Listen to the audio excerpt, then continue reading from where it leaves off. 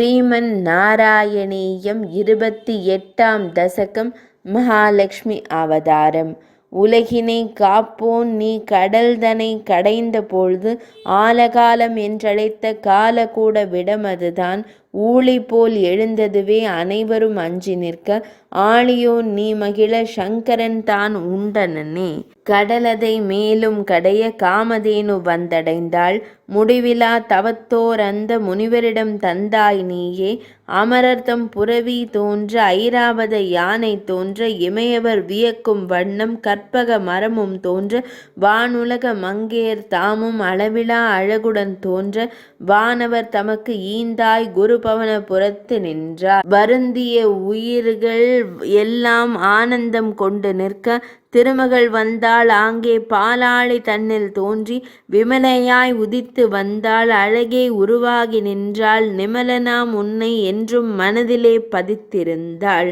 மனதிலே உன்னை என்றும் அகலாது நிறுத்தி வைத்த கனகமாம் மங்கை தனக்கு மணிகளை இழைத்த பீடம் இந்திரன் உபந்தளித்தான் வேதியர் பல நதியின் நீரால் மந்திரம் சொல்லிய வண்ணம் புனித நீராட்டி நின்றார். நீர் மட்டும் விழவில்லை நங்கையவள் மேனியிலே கார்வண்ணன் உன் பார்வை தானுமே விழுந்ததுவே குளையாட மாலையோடு மஞ்சளில் ஆடையோடு அழகுகள் துவங்க நின்றாள் பாலாழி மகள்தானே.